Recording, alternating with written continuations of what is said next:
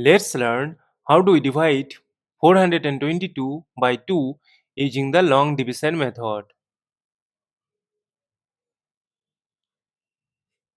Consider the first digit 4. We know that 2 times 2 is equal to 4. Subtract, we get 0. Now this 0 is less than 2.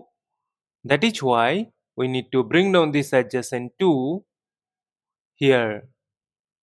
Look that this is the number 2. So we will remove this 0. And we know that 2 times 1 is equal to 2. Subtract, we get 0. Now this 0 is less than 2. That is why we will bring down this adjacent 2 here. And again this is the number 2. So remove this 0. And we know that 2 times 1 is equal to 2.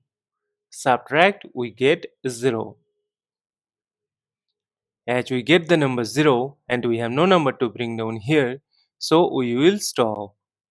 Therefore, 422 divided by 2 is equal to 211. And this is our final answer.